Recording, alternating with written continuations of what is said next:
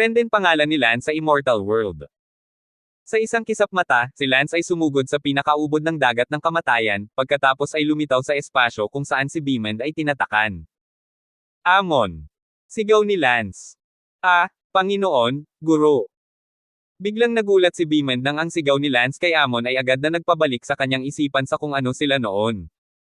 Sabi ni Lance, nabawi ko na ang mga alaala ko sa nakaraan. Paano ito posible? Ikaw ba si Lance ngayon o? Ako ngayon ay isang Lance, ngunit isang Lance na may mga alaala ng isang nakaraang buhay. Tinawag kitang Amon sa aking nakaraang buhay, at iyon pa rin ang tawag ko sa iyo ngayon, tama ba? Amon, narito ako upang palayain ikaw. Paano mo ako gustong palayain? Nandito ka dahil nakakulong ang iyong kaluluwa, kaya't kailangan mo na ngayong ayalay ang iyong kaluluwa sa akin, para magkaroon ka ng malayang katawan. Huwag kang mag-alala, pagkatapos mong ayalay ang iyong kaluluwa sa akin, maibabalik mo ang iyong kalayaan, pagkatapos, gagawin ko. Gumawa ng inisyatiba upang sirain ang relasyon ng iyong lingkod sa akin. Master, handa ka talagang magkusa para sirain ang relasyon ng lingkod mo sa akin. Siyempre, ako si Lance ngayon, hindi si Renden Zabel mula sa dati kong buhay. Ang Renden Zabel ay ang pangalan ni Lance mula sa kanyang nakaraang buhay. Okay, naniniwala ako sayo. Pagkatapos noon, inialay ni Beamond ang kanyang kaluluwa kay Lance, wika nga, na aktibong kunin ang kanyang kaluluwa at isama ito sa utak ni Lance. Sige, naging lingkod ka na naman, hindi na masusumpa ang kaluluwa mo, malaya ka na ulit. Malinaw na naramdaman ni Lance na ang lakas sa katawan ni Beamond ay biglang naging napakalakas. Salamat Master. Sinabi ni Lance, hindi mo na ako kailangang tawaging Master, ginagawa ko lang ito bilang isang stopgap measure para iligtas ka ngayon. Hahayaan kitang mabawi ang iyong kalayaan ngayon. Pagkatapos sabihin iyon, nagkusa si Lance na palayain ang kaluluwa ni Bismon, at sa paggawa nito, wala silang Panginoon at katulong, at natamo ni Bismon ang kalayaan. Si Beamond na nakamit ang kanyang kalayaan, ang kanyang lakas ay unti-unting nakabawi. Nagtanong si Lance, hanggang saan ka makakabawi pagkatapos maibalik ang iyong lakas? Naka-recover ako sa kung anumang kaharian na nakabawi ako sa dati kong buhay, isa lang akong immortal nakakatungtong pa lang sa pre-human immortal stage, kaya naka-recover ako sa pre-human immortal stage. Sa karamihan, sabi ni Beamond. Mapait na sinabi ni Lance, hindi ako naging mas mahusay kaysa sa iyo sa aking nakaraang buhay, nasa kalagitnaan pa lang ako ng pre-human immortal, kung hindi ako umasa sa kapangyarihan ng aking pamilya, ha? Hehe. Tumawa din si Beamond, sa katunayan, kung ang Lance ng kanyang nakaraang buhay ay hindi umasa sa impluensya ng kanyang pamilya, siya ay pinatay sa ilang minuto nang siya ay lumabas ng kanyang bahay. Pagkatapos ay dahan-dahan kang gumaling, aalis muna ako. Sabi ni Lance. Sige, salamat Master. In the future, if you don't mind, call me Brother Minister, hindi na ako ang Panginoon mo, tsaka, hindi maganda ang pakikitungo ko sa iyo sa dati kong buhay, walang dahilan para maging nostalgic. Okay, Kuya Lance. Malinaw, si Lance ay mas maliit at mas mababa ang lakas ngayon, ngunit tinawag pa rin siya ni Beamond na kapatid na ministro. Si Lance ay umalis sa dagat ng kamatayan sa isang iglap, at si Lance ay maaaring umakyat anumang oras ngayon, ngunit hindi na siya makakaakyat ngayon, o ang kanyang mga mahal sa buhay ay magiging miserable. Sa makatuwid, kinailangan ni Lance na humanap ng lugar na walang aura para ihiwalay ang tawag na umakyat. Hindi handang bumalik si Lance sa Seven Seas, kinailangan ni Lance na magmadali sa Mortal Realm at magtago sa Mortal Realm sa loob ng 50 o 60 taon, o kahit 100 taon. Sa sandaling ito, ang boses ni Beamond ay nanggaling sa kanyang likuran, Kuya Lance. Nabawi ni Beamond ang kanyang lakas mula sa kanyang nakaraang buhay, sa ngayon ay lumilipad siya patungo sa Lance, si Lance ay may pakiramdam ng pagkasakal, kung gusto siya ni Beamond na barilin, hindi, kung gusto niyang mamatay siya, maaaring isang isipin lang. Nakaramdam ng kaunting pag-aalala si Lance, magiging mabait kaya si Beamond para maghayganti. Ameng, nakabawi ka na sa iyong walang kamatayang lakas bago naging tao. Well, Lance, naka-recover na ako sa pre-human immortal starting stage, handa na akong bumalik sa immortal realm, matagal ko nang hindi nakikita ang mga kamag-anak ko. Sabi ni Beamond. Oh, matagal ka nang nakulong sa mortal realm. Tanong ni Lance. Tumango si Beamond, oo, dapat ay 20 milyong taon na. 20 milyong taon, natatakot ako na ang iyong mga kamag-anak sa Immortal Realm ay wala na rito. Ngumiti si Beamond, Kuya Lance, hindi mo kailangang mag-alala tungkol dyan, hindi pa rin nagbabago ang mga kamag-anak ko sa Immortal Realm. Anong ibig mong sabihin? 20 milyong taon, kahit ang mga immortal ay natatakot dyan.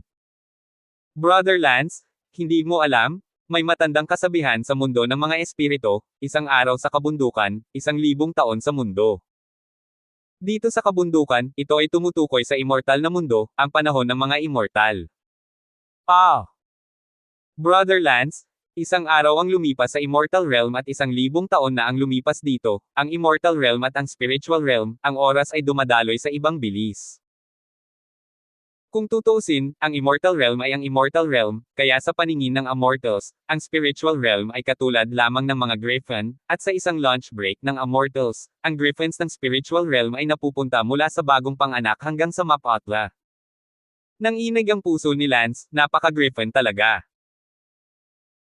Ang bilis ng oras sa pagitan ng Immortal Realm at ng Spiritual Realm, ang pagkakaiba ay masyadong malaki, ito talaga, isang lunch break sa Immortal Realm, ang Spiritual Realm ay isang bagong panganak na sanggol na naging 80 o 70 taong gulang, lalo na, mas maliit ito, isang patak sa karagatan, ang taong ito ay isang maliit na butil ng alikabok sa universo. Sinabi ni Beamond, kaya, pagkatapos na gumugol ng 20 milyong taon dito sa Immortal Realm, 50 taon na lang akong nawala. Mahigit 50 taon ay halos balewala sa Immortal Realm. Ngumiti si Lance, congratulations, makakauwi ka na sa wakas. Kuya Lance, saan ka pupunta? Pupunta ako sa Mortal Realm. May mas mababang mortal na kaharian bukod sa espiritong kaharian. Oo. I go? No way? Sobrang humble na ng spirit world, how much more humble does the lower realm have to be? Nagulat si Beamond. Ang mortal na kaharian, kung saan walang aura, kung saan ang panahon ay dumadaloy, kumpara sa espiritual na kaharian, mga 10 taon sa mortal na kaharian at 1 taon sa espiritual na kaharian. Wala man lang aura, oh my god, paano nabubuhay ang mga mortal sa mortal realm, microbes ba sila? Mapait na ngumiti si Lance, tiyak na hindi maintindihan ng mortal na kaharian ang pagkakaiba nila sa mga immortal, ngunit tiyak na mauunawaan ng mga mortal ang pagkakaiba ng mortal at microbes. Tama iyon, mga mikrobyo na makikita lamang sa pamamagitan ng mikroskopyo. Sa mata ng mga immortal, ang mga mortal ay talagang microbes. Sinabi ni Beamond, ang 1 araw sa immortal na kaharian at 100 milyong taon sa mortal na kaharian ay napakaliit. Sinabi ni Lance, kaya, ang Immortal Realm ay natutulog ng isang idlip, at iniisip ko kung gaano karaming mga mortal na planeta ang nawala mula sa pagsilang hanggang sa pagkalipol. Ang totoo, ang lugar na pupuntahan ko ngayon, ang haba ng buhay ng planeta ay halos 5 bilyong taon lamang. Iyon ay, ang Immortal Realm, isang planeta na isinilang 50 araw lamang ang nakalipas.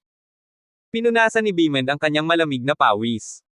Naramdaman din ni Lance ang isang pagsabog ng walang katulad na paghanga para sa kangmang universe sa loob. Habang lumalalim ang isa, mas mararamdaman ng isa ang kalawakan ng universo. Sige, alis na ako. 1972. Minister, isa ka ng mala-immortal, bakit mo gustong pumunta sa napakaliit na mundo? Sabihin ang totoo, hindi ako makakaakyat ngayon, kailangan kong hintayin ang mga mahal ko sa buhay na sumama sa akin, kung hindi, lahat sila ay maaaring patayin kapag umalis ako, kailangan kong pumunta sa isang lugar na walang aura para hindi maramdaman ang tawag sa umakyat.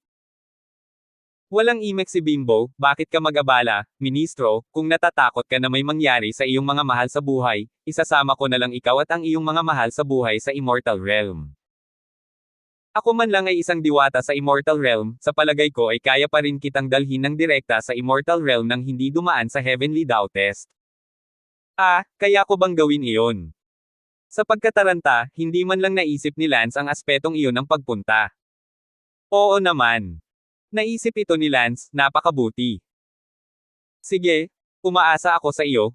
Ngunit kung aalis tayo, natatakot ako na kung aalis tayo, ang Endless Gate ay mamamatay, at ang mga tao ng Extreme South Continent ay papatayin ng mga labi ng half. Immortal Clan, o ibang lahi. Sabi ni Lance. Sinabi ni Beeman, Brother Lance, malapit ka nang maging immortal, bakit mo pa aabalahin ang mga Griffin dito? Babalik ka sa immortal na mundo, matulog ng isang araw at isang gabi, ang mundo ng mga espiritu na ito ay libu-libong taon na, bakit napakatigas ng ulo? Ang buong universo, ang bilang ng maliliit na planeta na nawasak bawat minuto ay hindi alam, ang bilang ng mga patay na lahi ay hindi rin alam, may pakialam ka ba? Ngunit ako ang lumikha ng tangible gate. Alin, may katuturan ba? Kahit na ang iyong endless gate ay maaaring umiral ng 10,000 taon, o kahit na daan-daang libong taon, ito ay ilang taon lamang sa immortal realm. Medyo kinilig si Lance, hindi na talaga kailangang maging matigas ang ulo, higit sa lahat dahil napakaliit ng mundo ng mga espiritu, nanirahan lang si Lance dito at hindi pa ito nararamdaman. Sige, wala akong pakialam, hayaan mo na ang kalikasan, ipapasa ko lahat ng teknik na yan, the rest, we'll just have to see the will of the heavens. Tama, pagdating ng panahon, isasama kita, hindi na kailangang umakyat, tumungo ka lang sa immortal realm. Marami pa namang immortal cultivator sa immortal realm. Salamat. Ngumiti si Beeman, you're welcome. Sinabi ni Beeman sa kanyang puso, ang Panginoon ng buhay na ito ay talagang ibang-iba sa kanyang nakaraang buhay, hindi siya naging magalang sa kanyang nakaraang buhay. Sina Lance at Beeman, magkasama, ay bumalik sa Seven Seas. Matapos mabawi ang kanyang walang kamatayang lakas, nakaramdam ng hindi komportable si Beeman, ang pakiramdam na ito ay tulad ng naninirahan sa isang bote ng salamin, palaging lumalaya mula sa bote ng salamin na iyon, hindi nakakagulat na walang mga immortal na dumating sa mundo ng mga espiritu, ang ganitong uri ng lugar, hindi magagawa ng paglilinang. Linangin, hindi mabubuhay ang buhay, parang kulungan, syempre, tinutukoy ang mga walang kamatayan. Nang bumalik si Lance sa Seven Seas, tinawag niya ang lahat. Lance, hindi mo ba sinabi sa amin na magsumikap ka, bakit mo pinapaalis na naman ang lahat? Kailangan mong magtago sa mortal na kaharian para sa amin, alam naming lahat kung ano ang ginawa mo, maaari lang kaming magsumikap sa paglinang. At babalik ka sa lalong madaling panahon na makatayo ka na. Sabi ni Talia. Tumawa si Lance, lahat, hindi mo kailangang mag-cultivate, kailangan mo pa ring mag-cultivate para sa tae. Ah, baliw ka. Pinunasan ng lahat ang malamig nilang pawis. Sinabi ni Lance, ito si Beeman, ang aking kapatid mula sa aking nakaraang buhay, nabawi na niya ngayon ang kanyang lakas mula sa kanyang nakaraang buhay. Ibig sabihin, ang nakatayo sa harap mo sa sandaling ito ay isang tunay na walang kamatayan, maaari niyang kunin tayong lahat, direkta sa immortal realm, nang hindi kinakailangang umakyat sa pamamagitan ng pagnanakaw. Ah, napakagandang bagay.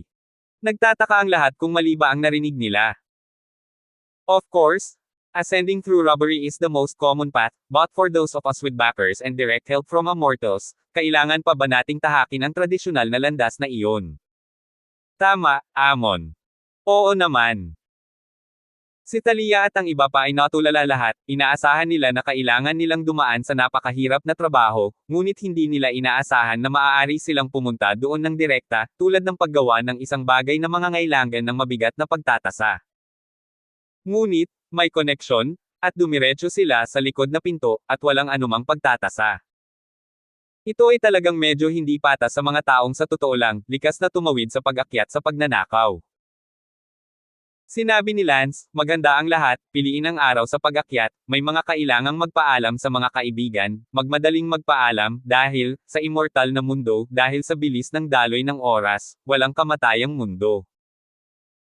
Isang araw, ang espiritual na mundo sa 1,000 taon, hindi pa naghihintay para sa iyo na bumalik sa kamalayan, ang mga taong ito ay patay na sa loob ng 1,000 taon.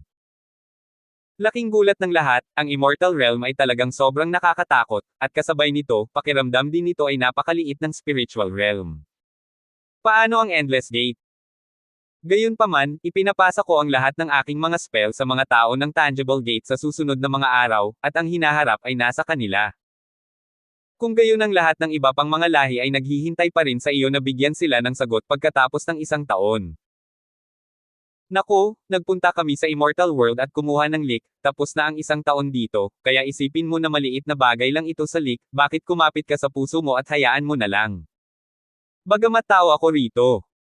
Sa buhay na ito, Wala ako sa dati kong buhay, kung may kabilang buhay, baka maging ibang lahi na naman ako sa kabilang buhay, na maaaring maging walang hanggan. Kaya lang, si Lance at ang iba pa ay nanatili sa Endless Gate, nagpapatuloy ng isang buwan, tinatapos ang kailangang gawin, nakipagkita sa lahat ng mga kaibigan na kailangang makilala, at pagkatapos ay walang ibang gagawin, sina Lance at Beamond, iniwan ang daigdig ng mga espiritu magpakailanman. Handa na ba ang lahat? Tapos na. Napunit ni Bimpen ang kalawakan at lumitaw ang isang bitek sa kalawakan.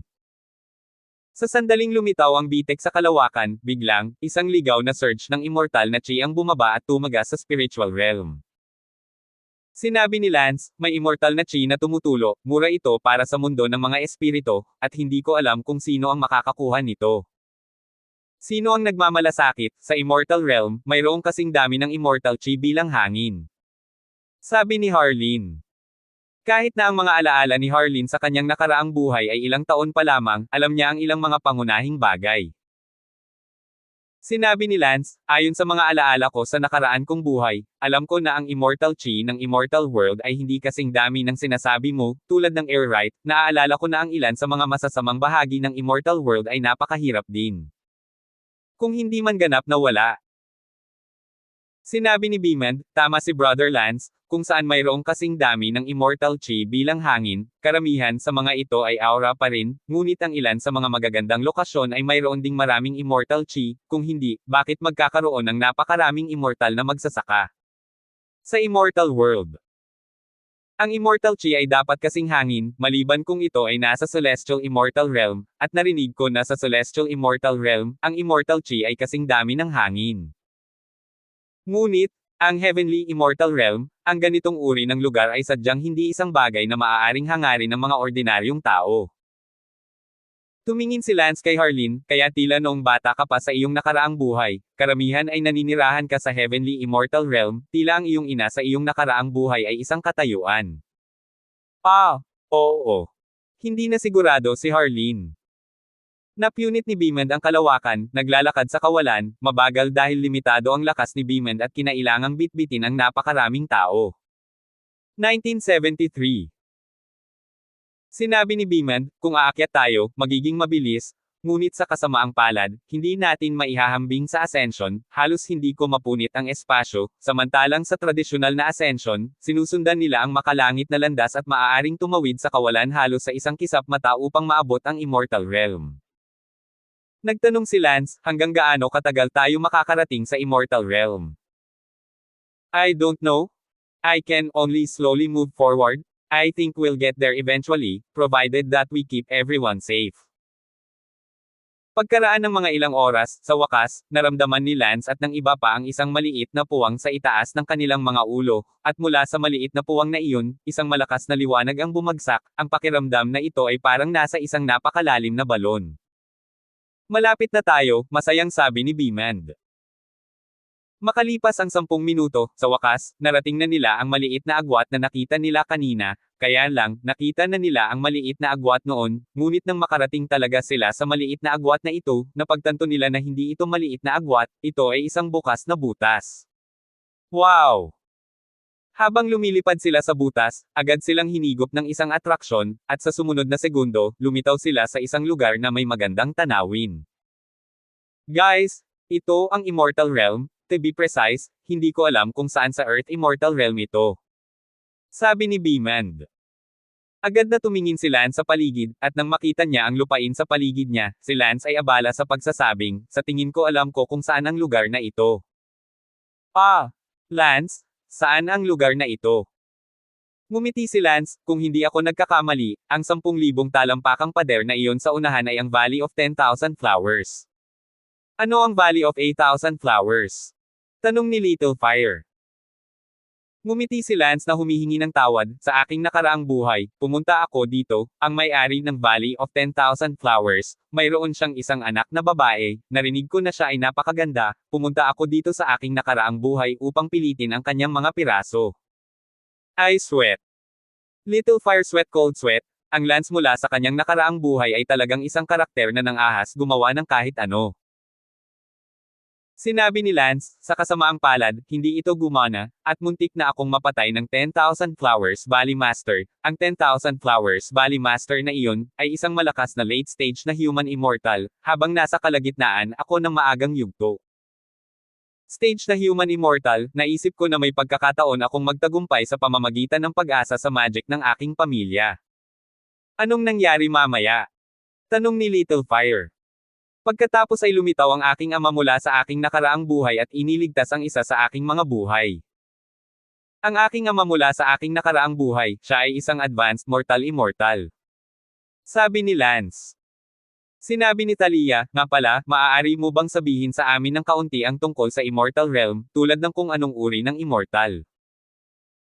Siyempre, ang Immortal Realm ay nahahati sa Earth Immortal Realm at ang Heavenly Immortal Realm. 70% ng buong Immortal Realm, nakatira sa Earth Immortal Realm, at 1% lang, nakatira sa Heavenly Immortal Realm. Kaya, isa dapat isipin kung gaano kalakas ang 1% iyon. Ang hanay ng mga immortal ay nahahati sa Human Immortals, Mortal Immortals, Earth Immortals, Upper Immortals, at Celestial Immortals. Ang bawat immortal, sa turn, ay may 3 yugto, maaga, gitna, at huli. Maraming realm divisions lang. Sinabi ni Beamond, huwag mong tingnan ang katotohanan na napakarami lamang, ngunit sa katunayan, ang paglilinang ng mga immortal ay napakahirap, 10-10 milyong taon, at tinatayang isang kaharian lamang ang maaaring maitawid. Ay sapat na malakas upang maabot ang Earth Immortals at Upper Immortals ay lahat ay nilinang para sa daan-daang milyong taon, at sa bilis ng oras sa Immortal Realm, anong konsepto ang daan-daang milyong taon? Kung ito ay ang spiritual realm, mayroong hindi sinasabi kung ilang celestial na nilalang ang nabuhay at namatay. Tumango si Lance, tama, hindi banggitin ang pagtawid sa isang kaharian, kahit isang maliit na kaharian ay napakahirap. Gaya sa aking nakaraang buhay, nagsimula ako mula sa yugto ng pre-human immortal at nilinang hanggang sa kalahating bahagi ng pre-human immortal. Hindi ko alam kung gaano karaming enerhiya at makalangit na kayamanan ang naubos ko sa aking nakaraang buhay kung wala ang aking pamilya sa kasaganaan nito, magiging mahirap para sa akin na linangin hanggang sa kalagitnaan ng pre-human immortal. Sinabi ni Beamond, sa immortal na mundo, mayroong isang karaniwang pag-unawa na alam ng lahat, iyon ay, sa sandaling ang anumang immortal, kapag naabot nila ang immortalidad, hindi nila dapat isipin kung gaano kalakas ang maaari nilang linangin, ngunit kung paano sila mabubuhay sa hinaharap, dahil walang kwenta isipin, gusto ng mga immortal na umakyat ng isang level. Ito ay masyadong mahirap, ito ay kukuha ng isang pambihirang dami ng pagkakataon. Sige. Tama na ang kalokohan, malapit na tayong umalis, ito naman ang Valley of 10,000 Flowers kung tutuusin, kung sakaling makilala ako bilang Rendenzable sa dati kong buhay, natatakot ako na baka mapanganib ito. Sabi ni Lance. Sa sandaling bumagsak ang boses ni Lance, sa malayong kalangitan, isang batang babae na may mabulaklak na damit, ang lumipad. Bumaba ka. Sigaw ni Lance. Sino te? Ito ang anak ng may-ari ng Valley of 10,000 Flowers. Sabi ni Lance. Og. Napatingin ang lahat sa babaeng lumipad, talagang napakaganda niya, at naramdaman ni Talia at ng iba pa na medyo mababa sila sa harapan niya. Hindi naman talaga ganoon kapangit si Talia at ang iba pa, ngunit ang anak na babae ng Panginoon ng lambak ng 10,000 bulaklak, siya ay isang walang kamatayan, at may dala siyang aura, kung ihahambing, paano magagamit ang katagang, immortal descendant, para ilarawan ang isang magandang babae, dahil mismo sa immortal, ay nagkaroon ng hindi mapaglabanan na aura, kaya sa parehong mukha, ang kagandahan na ibinigay ng immortal ay higit sa 100 beses na mas malakas kaysa sa isang ordinaryong tao. Ang dahilan kung bakit ang dating half ang immortal na prinsesa ay maganda ay maaaring nauugnay sa kanyang half immortal na pangangatawan, na halos may aura ng engkanto, kaya nagkaroon ito ng hindi mapaglabanan na pang-akit. Tiningnan ni Lance ang engkanto na lumilipad palayo sa langit, ang figurang iyon ay talagang hindi na kailangang sabihin, hindi katakataka na nakipagsapalaran siya sa ganito kalakas sa kanyang nakaraang buhay. Ang diwata sa langit, lumipad sa hindi kalayuan, biglang tumalikod at tumingin sa lupa. Nagsalubong ang kilay ng diwata at agad itong bumaba. Who are you guys? Why are you appearing within the boundaries of my 10,000 Flowers Valley? Sigaw ng diwata na iyon. Napangiti si Lance ng walang pag-iingat, pagbibigay galang sa diwata, magalang ako sa ganitong paraan, dumadaan lang tayo. Sa sandaling iyon, nagsalubong ang mga kilay ng engkanto na iyon, nang makita si Lance, bigla siyang nakaramdam, medyo parang isang tao. Kinurot ng diwata ang daliri niya at laking gulat niya, ikaw pala. Palihim na sinabi ni Lance na masama, nakilala siya, muntik na niya itong pilitin sa dati niyang buhay kapag nahuli ito, tiyak na mamamatay siya, dumating lang si Lance sa mundo ng mga engkanto, ngunit ayaw niyang mamatay ng ganoon kaga. Fairy, kagagaling ko lang sa spirit world, hindi ko alam na dito pala ang landing point. Fletcher, dapat ikaw ang reincarnation ni Renden Zabel, papatayin kita. Hey, sinasabi mo ba na isa lang akong reincarnation ni Renden Zabel? Anong ebidensya ang mayroon ka? Pwede kayang patayin ng mga lalaki sa Valley of 10,000 Flowers ang sinumang gusto mo. This is within the mga hangganan ng Yunluo Immortal Kingdom, hindi isang lugar kung saan maaari kang kumilos ng walang ingat sa 10,000 Flower Valley. Si Lance ay abala. Ngumuso ang diwata na iyon, fine, mababa ang cultivation ko, hindi ko talaga makumpirma na ikaw ang reincarnation ni Renden Zabel, babalikan kita at hahayaan ang tatay ko na gawin ang mga kalkulasyon, sigurado akong mahihinuha ko kung sino ka. Sa nakaraan mong buhay, kung ang nakaraan mong buhay ay talagang ang malaswang Renden Zabel, sisisihin ako sa pagiging masungit. Sumama ka kaagad sa akin. Aalis ka na lang ba? Kung hindi ka aalis, huwag mo akong sisihin kung bakit kita itinaboy, hindi mo pa rin kayang tumakas mag-isa. Sa katunayan, si Lance at ang iba pang grupo ng mga tao ay pawang mga immortal na magsasaka, maliban kay Beamond na isang elementarya na human immortal, at itong anak na babae ng may-ari ng 10,000 Flowers Valley, bagamat siya ay isang maagang human immortal, malinaw na siya ay mas malakas kaysa Beamond. Bagamat nasa iisang kaharian sila, magkakaroon ng malaking pagkakaiba, dahil pareho silang pre-human immortal, at ang ilan sa kanila, ay kakapasok lang, habang ang iba, ay nakagawa na ng kalahating hakbang patungo sa mid-human immortal. Entablado. Sa makatuwid, depende sa antas ng mga hakbang na ginawa, maaari silang hatiin sa mas maliliit na lugar. Halimbawa, pre-human immortal simula, pre-human immortal halfway, at pre-human immortal end. Ginagamit ito upang makilala sa pagitan ng iba't ibang antas ng parehong kaharian. Si Beamond ay ngayon, nagsisimula pa lang sa pre-human immortal stage, habang ang anak na babae ng may-ari ng Valley of 10,000 Flowers ay nasa kalahati na ngayon sa pre-human immortal stage. Nagsisimula, kaya maaaring hindi malaki ang pagkakaiba. 1974. Sumama ka sa akin. Sumigaw ang anak na babae ng Panginoon ng lambak ng 10,000 bulaklak. Malungkot na sinabi ni Lance, huwag mo akong pilitin. Sinubukan ni Lance na tingnan kung magagamit niya ang past life mirror, ngunit biglang kinansela ni Lance ang ideya, kung sakaling hindi ito gumana, at sa halip ay inalis sa kanya ang past life mirror. Bukod dito, si Lance ay walang immortal na enerhiya sa kanyang katawan. Sa sandaling ito, isang tunog ang nagmula sa isip ni Lance, sa wakas ay dumating ka na. Anong lalaki? Lumingalinga si Lance at walang nakitang tao, ibig sabihin nasa ulo niya ang boses. Dahan-dahan lang, ako ito. Sabi ng boses sa ulo ni Lance. Sino ka? Matagal na kitang hinihintay, King of the Nine Ways. Sabi ng boses sa utak ko. Natigilan si Lance, ang siyam na Dawis Demon King. Talagang tinupad mo ang aking mga inaasahan, tumuntong sa Immortal Realm sa napakaikling panahon. Sabi ng boses ng Nine Dao Demon King. Pero, Senior, hindi ka ba patay na? Ito rin ay naging walang kamatayang enerhiya sa aking katawan. Natarante si Lance. Hindi. Ang namatay ay isa lamang sa aking mga natitirang kaluluwa, noong ako ay nakakulong, ang isa sa aking mga natitirang kaluluwa ay nakatakas, dahil ang aking natitirang kaluluwa ay masyadong mahina upang mabuhay ng matagal sa Immortal Realm, o sa Spirit Realm, kaya maaari lamang itong makarating sa Mortal Realm. Ang layunin ng aking natitirang hibla ng kaluluwa ay upang makahanap ng isang taong umaasa sa mortal na kaharian, upang tulungan siyang maging isang immortal, at sa wakas, upang tulungan ako. Hindi ko inaasahan na ako ay sa wakas. Abangan ang iyong pagdating. Oh! Ang siyam na Dawis Demon King sa isip ni Lance ay tila nasa sabik. Tanong ni Lance, Senior, Ang hibla ng iyong natitirang kaluluwa ay hindi malinaw noon, ngunit ngayon ay maaari mong sabihin sa akin kung saan ka nakulong. Nakulong ako sa Celestial Realm, na-frame ako at nakulong sa Celestial Jail. Ang Celestial Court. Hindi mo na kailangang magdetalye tungkol dyan sa ngayon, dahil hindi mo pa ako kayang tulungan. Sa ngayon, hayaan mo muna akong tulungan ka kung paano maging isang makapangyarihang immortal. Ang layunin ko para sa iyo ay maabot ang Heavenly Immortal. Antas ng mabilis hanggat maaari, dahil kapag naabot mo ang antas ng Heavenly Immortal magkakaroon ka ng pagkakataong makapasok sa Celestial Court. Good.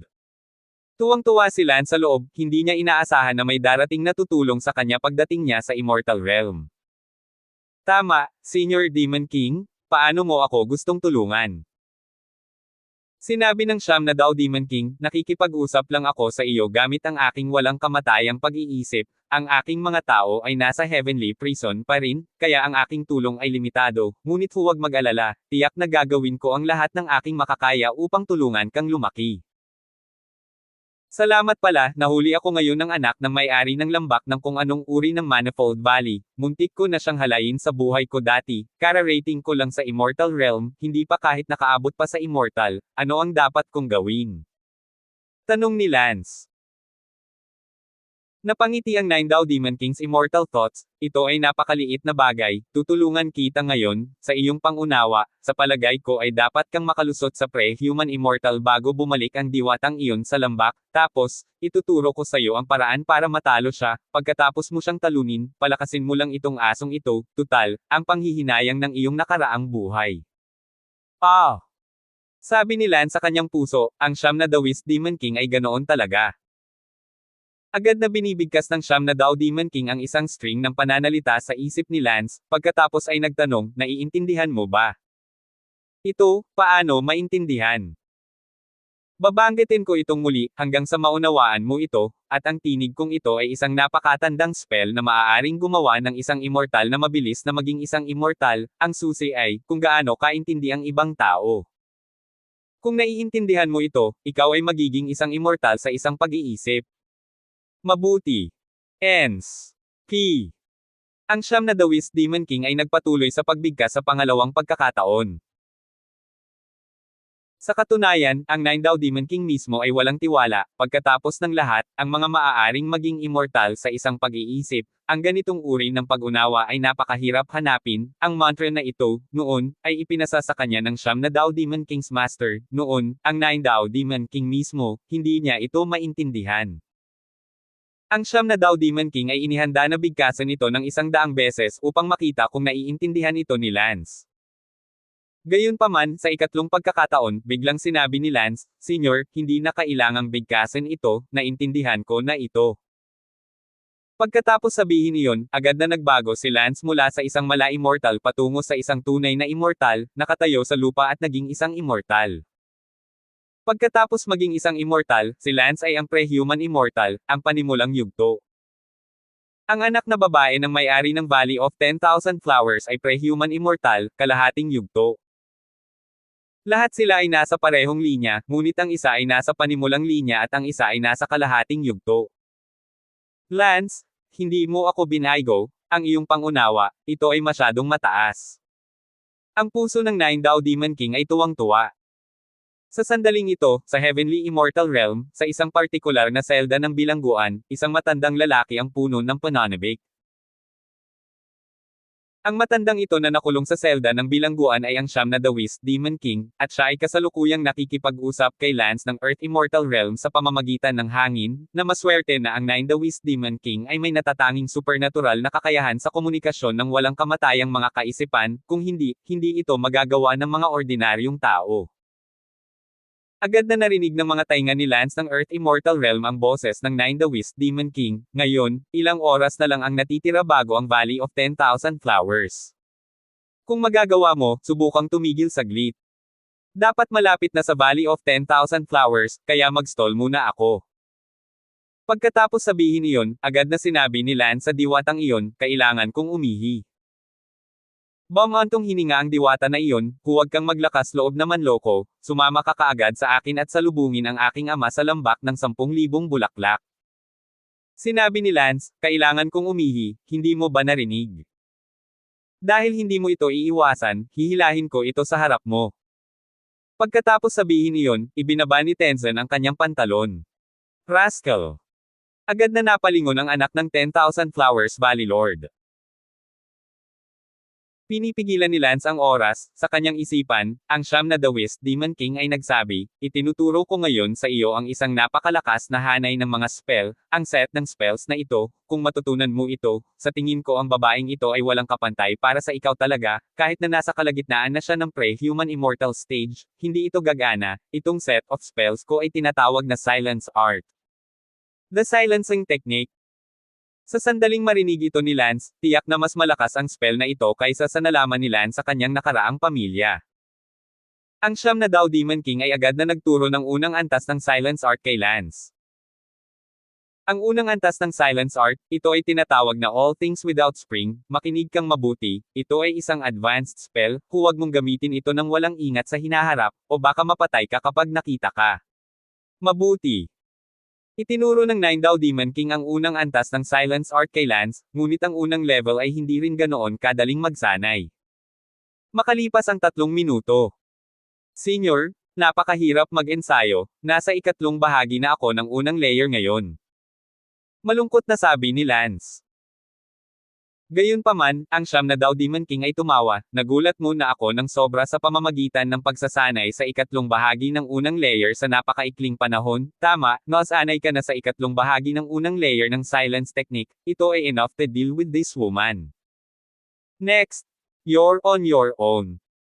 Sa sandaling iyon, sumigaw ang anak na babae ng master ng lambak sa kanyang harapan, tapos ka na ba o hindi? Kung bibigyan mo pa ako ng anumang mga trick, kailangan kitang patayin, wala akong pakialam kung ikaw ang reincarnation ni Renden Zabel. Agad na sumengot si Lance, magandang paghila, gusto kong makita kung may kakayahan kang gawin iyon. 1975. Agad na tumalikod ang anak na babae ng master ng lambak at galit na tumingin kay Lance. Sa sandaling iyon, nagulat ang anak na babae ng Valley Master, ikaw, naging immortal ka na talaga. Hahaha, oo. Pre-human immortal na ako ngayon. Sa kasamaang palad, nagsisimula ka pa lang bilang isang pre-human immortal, ikaw ba ang aking kalaban? Tumawa si Lance, bagaman ako ay isang pre-human immortal na nagsisimula pa lang, hindi na kailangan ng anumang pagsisikap na patayin ka, isang pre-human immortal na nasa kalagitnaan na. Naghahanap ng kamatayan. Nanlamig ang tingin ng anak na babae ng master ng lambak na iyon at ang kanyang hangarin na pumatay ay lumakas, umaakyat patungo kay Lance. Ang kamay ni Lance ay naging itim habang ang isang espesyal na kapangyarihan sa loob ng kanyang katawan ay lumundag sa kanyang palad. Pinitik ni Lance ang kanyang palad, pagkatapos ay hinampos ito sa anak na babae ng Valley Master. Wow! Sa sumunod na segundo, ang Daughter of the Valley Master ay nakahiga sa himpapawid, ang kanyang laman at dugo ay nagkapira-piraso, at sa ilang segundo, siya ay naiwan na may kalansay. Klang! Ang isang pares ng mga kalansay ay nahulog sa lupa. Ah! Sa sandaling ito, nagulat si Beamond, hindi, nagulat ang lahat.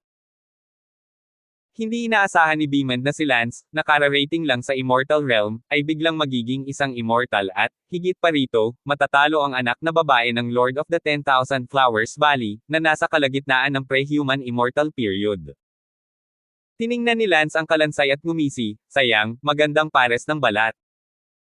Ngayong patay na ang anak ng master ng lambak na ito, gaano man ito kaganda, minsan pa rin iyon. Sinabi ni Lance, alis na tayo, umalis ka na dito bago pa malaman ng punong lambak ng Valley of 10,000 Flowers Valley. Ngayon lang ako makakaharap ng mga pre-human immortal. Pero, kamusta? Huwag na natin pag-usapan yan, mamaya na natin pag-usapan, tara na. Pinangunahan ni Lance ang lahat at mabilis na lumikas. Sa daan upang lumikas, hindi na sila nakatagpo ng anumang mga hadlang, at hindi nagtagal, malayo na sila sa Valley of 10,000 Flowers. Sige, maaari ka nang huminto at magpahinga ngayon, may maliit na bayan sa unahan, pagkatapos madaanan ang bayan na iyon sa unahan at maglakad para sa isa pang araw, halos maabot mo na ang imperial na kabisera ng Yunluo Immortal Kingdom. Sabi ni Lance na medyo komplikado ang mga mata. Ang mga pangyayaring nangyari sa Imperial Capital na iyon sa nakaraang buhay ni Lance ay nasa isip ni Lance sa sandaling ito. Tanong ni Little Fire, Brother Lance, so you are planning to return to the place where you were in your previous life. And a former family. Umiling si Lance, hindi. Ang past life ay past life. Wala itong kinalaman sa kasalukuyan ko. Pagdating natin sa immortal world, kailangan nating maghanap ng landing spot, at hindi tayo pamilyar sa iba. Mga lugar, kaya ano ang mali sa pagpunta sa Yunluo Immortal Kingdom? Sige. Tinanong ni Bimbo, ano ang nangyari sa iyo, ministro? Bakit niya nagawang patayin ang anak ng Valley Master na iyon, siya ay isang pre-human immortal na nawala sa kalagitnaan? Tungkol dyan, hehe, may tulong ako ng mystic. Ayaw ni Lance na linawin, hindi option ang defensiveness. Anong spell ang ginamit mo lang, wala ka pang ang ganitong spell sa dati mong buhay, mukhang napakalakas ng spell na ginamit mo lang. Tanong ulit ni Beemand. Ito, lihim. Tumawa si Lance. Naunawaan din ni Beemand na ang gayong makapangyarihang spell ay hindi basta-basta malalaman, at sigurado si Beemand na sa dating buhay ni Lance, ang pamilya Zabel ay tiyak na walang ganoong kalakas na spell. Ang lahat ay naghanap ng isang inn sa bayan sa unahan. Ilang opisyal ng engkanto, mangyaring pumasok sa loob. Napakainit ng innkeeper, mataas ang katayuan ng mga immortal dito. Bagamat si Lance ang pinakamababang antas ng mga immortal, ngunit mayroon pa ring hindi mabilang na mga immortal na magsasaka na hindi man lang umabot sa immortalidad. Pagpasok sa inn, biglang may narinig na maraming nag-uusap. Si Yingqin ng Valley of 10,000 Flowers ay napatay, at namatay ng kakilakilabot, alam mo ba? Hindi pwede. 1,000 beses na totoo, ang pagpatay sa isang Yingqin ay talagang malupit, isang buto na lang ang natitira. Thirst, Jeez, isang magandang babae, pinatay ng ganon-ganon lang. Sinong gumawa nito, napaka-ungrateful. Oo, sayang naman. Kung matunten, ang mamamatay tao na iyon ay tiyak na magiging kalaban ng lahat. Ako ang unang mag-a-abolish sa kanya.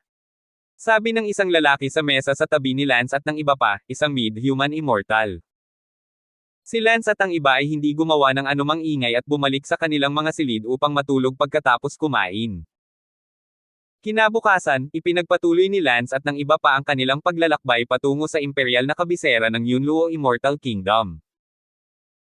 Sa sandaling ito, sa imperial na kabisera ng Yunluo Immortal Country, sa loob ng isang tila makapangyarihang manor, ang noo ng isang lalaki ay nakakunot at ang kanyang mga kamay ay patuloy na kumukurot sa isang bagay. Hindi tama.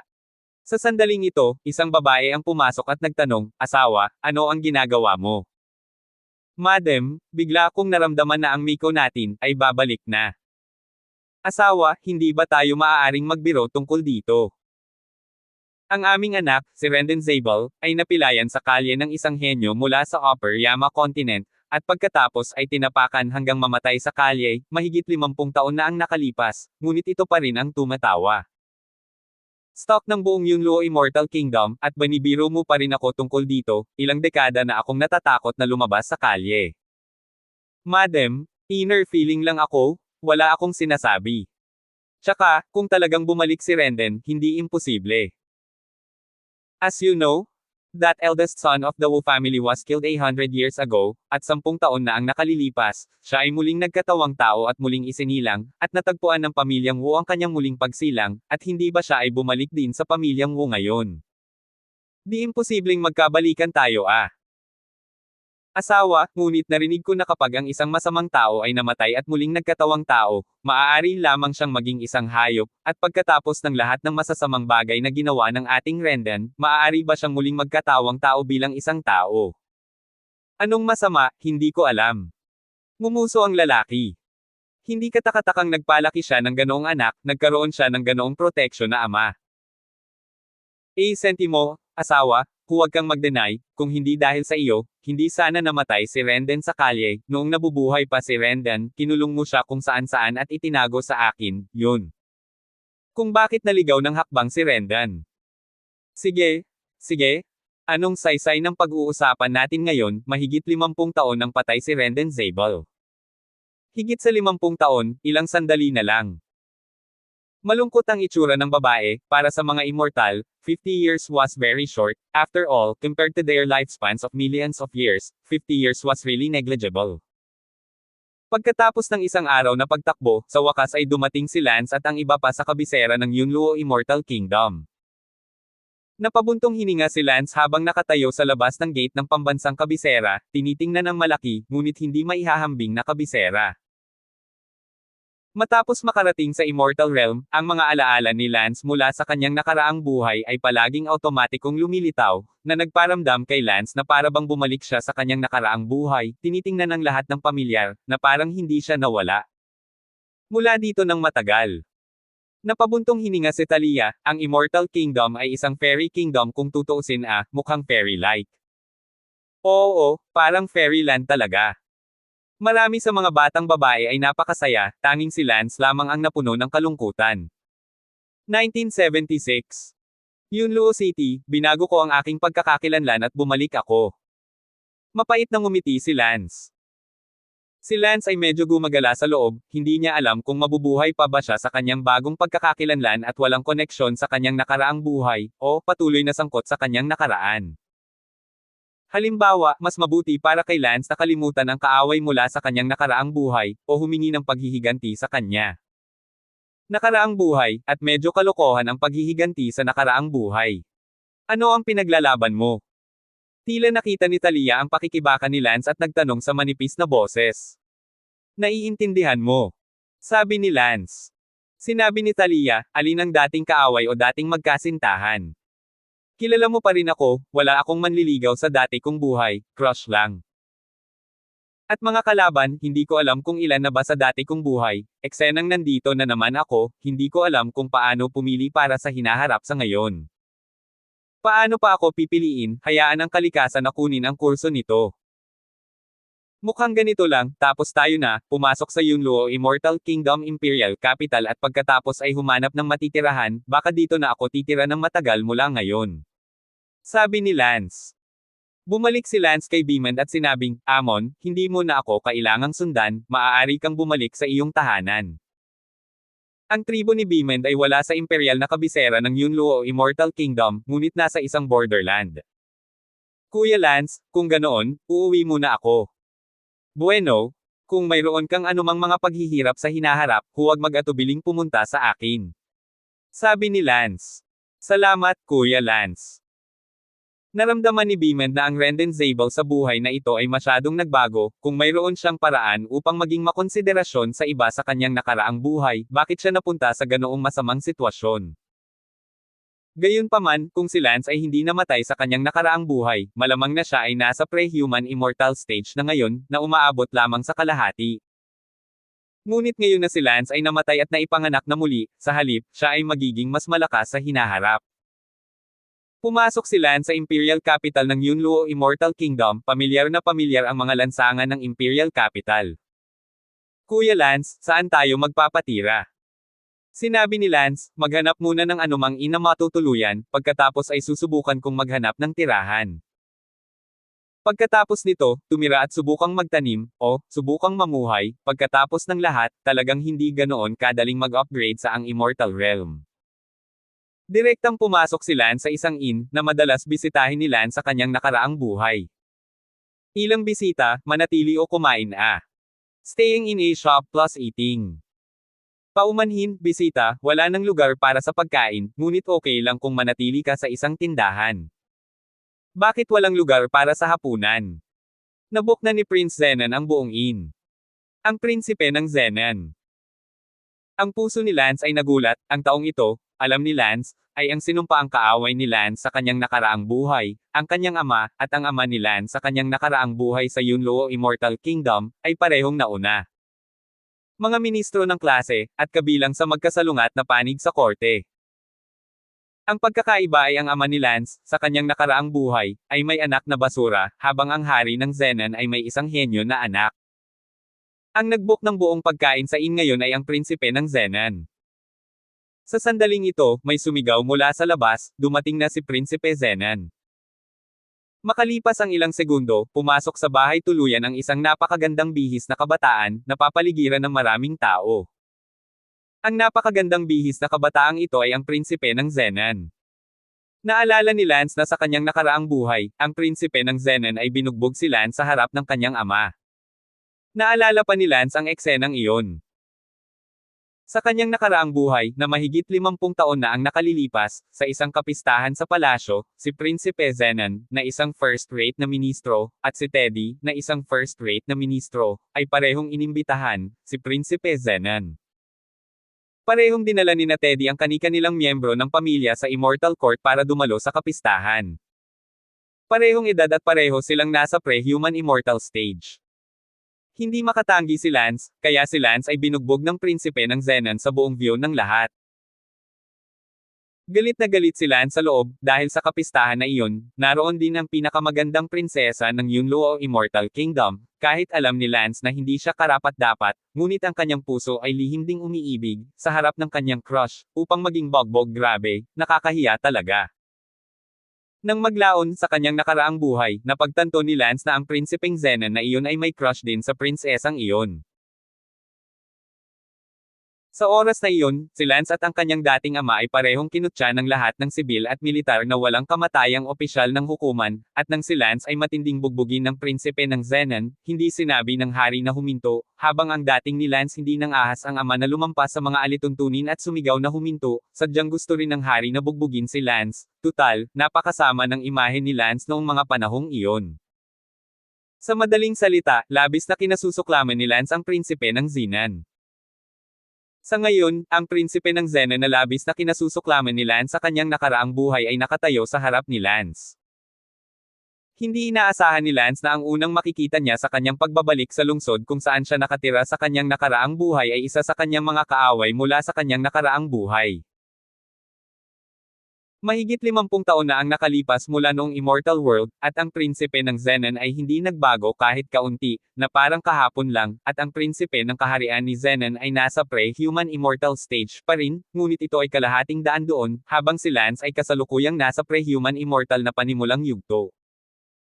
Sinulyapan ng prinsipe ng Zenon na iyon si Lance at ang iba pa, pagkatapos ay tinanong ang tagapangasiwa ng bahay panuluyan, ano ang nangyayari? Nabook ko na ang in ngayon, bakit may gulo pa rito? Ito. Mukhang nanlumo ang innkeeper at galit na binigyan si Lance at ang iba pa ng isang kindat, ngunit si Lance ay nagkunwaring hindi alam. No choice ang innkeeper kundi ang sabihin, itong panauhin, ang lugar na ito ay nabook ng mga prinsipe ng Zenon ngayon, kaya umalis ka na. Napabuntong hininga si Lance, nag-charter sa venue, ako si Prince Zenon. Ang innkeeper ay natigilan doon, hindi alam kung saan nanggaling ang nakatulala na binata, talagang ininsulto niya si Prince Zenon sa mismong lugar, ang ama ni Prince Zenon ay isang first-class na ministro ng Yunluo Immortal Kingdom. Napatulala din ang prinsipeng Zenon na iyon. Sino ka? Anong lakas ng loob mong insultuhan ako, at ang aking ama, hinahanap mo ang kamatayan? Sigaw ng prinsipe ng Zenon. Ngumuso si Lance, hindi mahalaga kung sino ako, ang mahalaga ay gusto kitang bugbugin. Naghahanap ng kamatayan. Agad na sumugod ang prinsipe ng Zenon upang salakayin si Lance. Alam ni Lance na si Prince Zenon ay may family spell, ano ang pangalan nito na nakalimutan. Binabaan ni Lance ang silence technique at pagkatapos ay hinampas ang kanyang palad. Wow! Pagkatapos ng tila nakamamatay na hininga, ang isa sa mga braso ni Prinsipe Zenon ay naging kalansay. Paano nangyari ito? Natigilan ang prinsipe ng Zenon. Hindi inisip ni Lance na ang prinsipe ng Zenon ay mas malakas at hindi niya kayang gawing kalansay kaagad. Natakot si Lance na ang kanyang silence technique ay makaakit ng atensyon at agad na nagsabi, let's go. Mabilis na umalis si Lance at nawala sa kalye. Lance, bakit mo sinalungat ang prinsipe ng Zenon na iyon at ginamit mo talaga ang silence art mo, hindi mo ba sinabi na ang silence art na ito ay hindi maaaring gamitin ng walang pinipili? Tanong ni Talia. Malungkot na sinabi ni Lance, hindi rin ako nagpapigil, itong prinsipe ng Zenon ay isang taong gusto kong bugbugin sa kanyang nakaraang buhay, kaya hindi na lang ako nagpapigil. Umalis muna tayo dito at tumuloy sa ibang inn. Kuya Lance, bakit hindi ka na bumalik sa dati mong tahanan at kalimutan mo na ang dati mong tahanan, hindi ka dapat matakot kay Prinsipe Zenon, tama? 1977. Ang aking dating pamilya ay tiyak na hindi natatakot sa King Zenon na iyon, at ang aking dating ama, si Teddy, ay hindi gaanong makapangyarihan kaysa sa King Zenon, na nakarating na sa premortal immortal stage. At saka, ang aking ama sa aking nakaraang buhay ay halos sa dulo ng premortal immortal stage, ibig sabihin, malapit na siyang tumuntong sa midmortal immortal stage. Ang King Zenon na iyon, sa kabilang banda, ay nasa kalagitnaan pa lang ng finish line. Sabi ni Lance. Sabi ni Littlefire, hindi naman, parang malaking tao ang dating ama mo, mas makapangyarihan paano ba naman mortal immortal lang? Pagkatapos ng human immortal, mortal immortal na, napakaliit ng difference. Sinabi ni Lance, huwag gamitin ang kaharian ng mga immortal na magsasaka upang ihambing, sa immortal na kaharian, ang mga immortal at mortal na immortal, iyon ay isang pagkakaiba sa pagbabago ng mundo, halos katulad ng pagkakaiba sa pagitan ng isang tao at isang langgam. Bukod dito, lahat ng walang binhing immortal mayroon pa ring mga punto ng maaga, gitna, at huling mga yugto, at pagkatapos ay maayos muli ang mga punto ng simula, kalahati, at pagtatapos. Sa madaling salita, hindi ko alam kung gaano kahirap na tawagin ang iyong sarili na isang mortal immortal. Oo, sa Yunluo Immortal Kingdom, kung maabot ng isang tao ang mortal immortal, kung gayon ang isa ay halos maging isang mahusay na opisyal na mas mataas sa ikalimang ranggo. Pagkasabi niyan, pumunta si Lance at ang iba pa sa isa pang inn, at nag-book si Lance ng ilang silid sa itaas. Gayunpaman, ang pera na nanag sa immortal na mundo ay mga spirit crystal, na mas mataas kaysa sa mga spirit stone, at si Lance ay walang mga spirit crystal, kaya kailangan niyang lumabas at kumuha ng pera mamaya. Sabi ni Lance, hintayin niyo ako sa inn room, lalabas ako at kukuha ng pera. Saan ka kukuha ng pera? Si Talia ay abala sa pagtatanong. Sentimo, huwag kang mag-alala, kung tutuusin, ito ang lugar kung saan ako tumira noong nakaraang buhay ko. Nagtago ako ng pera sa isang lihim na lugar, para sa Immortal World, 50 taon na lang mula nang mamatay ako, sigurado akong nanalo ako. Hindi mawawala ang pera kung kukunin ko ito sa maikling panahon. Pagkatapos sabihin iyon, tumalikod si Lance at lumabas ng silid ng inn. Dapat kang mag-ingat. Dumating sila sa Yunluo Immortal Country, isang malabangko na lugar na tinawag ng mga lokal na Eternal Storage Place, kung saan maaaring iimbak ng mga depositor ang kanilang mga mahahalagang bagay nang hindi nababahala na sila ay ninakaw, naaga, pinatay o ano pa mang katulad nito. Si Lance ay natural na mayroong storage locker dito sa kanyang nakaraang buhay. Pumasok si Lance sa Eternal Survival Place, na malalim sa ilalim ng lupa, at sa hindi mabilang na storage compartments, natagpuan ni Lance ang storage cabinet mula sa kanyang nakaraang buhay. Buksan mo. Paumanhin, walang autoridad na buksan ito para sa iyo. Sabi ni Lance sa isa sa mga locker ng imbakan, na kung saan ay masigla, at kahit na ang locker ng imbakan ay kasing laki lamang ng isang palad, ang espasyo sa loob ay napakalaki, mas advanced kaysa sa isang singsing sa imbakan. Code word? Megan, titirahin kita. A degree, simbolo ng salapi, pound a degree, simbolo ng salapi, pound a degree, simbolo ng salapi, pound. Pagkatapos sabihin ni Lance, naglabas ng tunog ang locker, code word tama, bukas ang locker. Ilabas mo lahat. Okay. Hindi nagtagal, lumabas ang lahat ng mga bagay na nakaimbak sa locker, at tinanggap ni Lance ang mga bagay na iyon sa kanyang spatial ring, pagkatapos, umalis si Lance sa Eternal Survival Place. Pagkatapos na walang natira sa locker, automatikong nakansela ang account. Bumalik si Lance sa inn. Kuya Lance, bumalik ka kaagad. Well, hindi naman masyadong malayo, bumalik ako pagkatapos kunin ang mga gamit ko. Nandyan pa ba ang mga gamit? Siyempre andito pa rin, ngayon at least hindi na natin kailangang alalahanin ang pera, sapat na ang mga ari-arian ko mula sa dati kong buhay para mabusog sa lugar na ito ng mahabang panahon. Sa sandaling ito, sa Zenon Royal Residence. Master, grabe, may nangyaring kakila-kilabot kay Young Master. Panik na tumakbo ang mayordoma sa isang study place. Prinsipe Zenon, ano ang problema niya? Isang nasa katanghaliang gulang na lalaki ang abala sa pagtatanong, ang nasa katanghaliang gulang na lalaking ito ay ang South King ng Zin, ang kanyang apelyido ay Zin, at ang kanyang pangalan ay Prinsipe Nan. Ang kanyang anak, na ang apelyido ay Zin din, ay tinawag na Prinsipe Nan. Iisipin ng mga hindi nakakaalam na isa itong opisyal na ranggo, ngunit ito ay isang espesyal na pangalan lamang. Nasa Rukiain si Young Master ngayon, hindi ko alam kung sino ang nakabangga niya at nabugbog, naging bungo at buto ang isang braso ni Young Master. Anong klaseng tao ang napakalupit? Ewan ko, tinanong ng mga tao natin ang may-ari ng bahay tuluyan at hindi pa daw nila ito nakita noon pa, first time guest iyon. Na-drawing na ng innkeeper ang portrait ng taong iyon, kaya tingnan mo ito, Ginoo. Isang larawan ang ibinigay sa hari ng Zenan. Sino ang lalaking ito at bakit niya ginawa ito sa anak ko? I don't know. We interrogated the incident and learned that the person wanted it there at the time, but the inn has been booked for our young master today. Our young master told them to go out, but that person ended up nagluluwas ng mga insulto. Alamin mo ako, dapat alam ko kung sino ang taong ito at kung bakit siya naglakas loob na saktan ang anak ko. Oo, nag-iimbestiga kami. Katulad nito, sa sandaling ito sa tirahan ng Zabel. Master Teddy, ang mga bagay sa locker ni Duke Rendon Zabel sa Eternal Survival Place ay kinuha. Ano? Sino ang kumuha ng mga gamit ng namatay kong anak?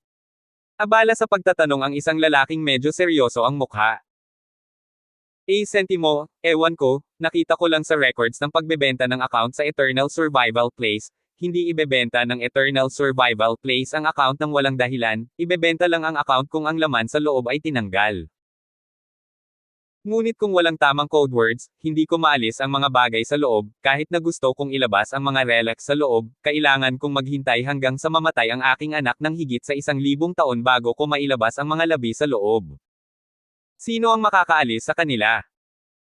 Posible na noong unang panahon, ang ating 1 linggong young master, ay nagpahayag ng madilim na gabi sa ibang tao, at ang taong iyon ay dumating upang kunin ito ngayon. Oo. Malamang. Go find out. Gusto kong malaman kung sino ang kumuha ng relics ng anak ko. Oo. Inihayag ni Lance ang ilang mga pahiwatig sa unang araw pa lamang na dumating siya sa Yunluo Immortal City. Pagkaraan ng 3 araw, dumating si Lance at isang grupo ng iba pa sa isang hindi gaanong maliit na patio. Lahat, dito na ang ating tahanan mula ngayon, nabili ko na ang patio na ito. Hindi ito kalakihan, ngunit sapat na ito para matirhan natin, at paminsan-minsan ay mayroong walang kamatayang enerhiya dito na maaaring linangin. Sabi ni Lance. Naglakad ang lahat sa looban, hindi ito kalakihan, ngunit ito ay napakaganda at maganda. Sinabi ni Lucy, pagkatapos na makarating sa Immortal World, pakiramdam ko ay naliligaw ako. Ano ang nalilito? Ang pinakamahalagang bagay na kailangan ninyong gawin ngayon ay mabilis na linangin ang pagiging isang para-human. Tama, cultivating the quasi-immortal, paano ka magiging immortal nang hindi umakyat dito? Tanong ni Little Fire. Little Flame, you're overtaking this. Sino ang nagsabi sa iyo na maaari kang maging isang immortal pagkatapos mag-cultivate sa isang para-human? Hindi ba? Tapos sa spiritual realm, iyong mga perspective na immortal na umakyat, hindi ba sila naging mga immortal nang dumating sila sa immortal realm?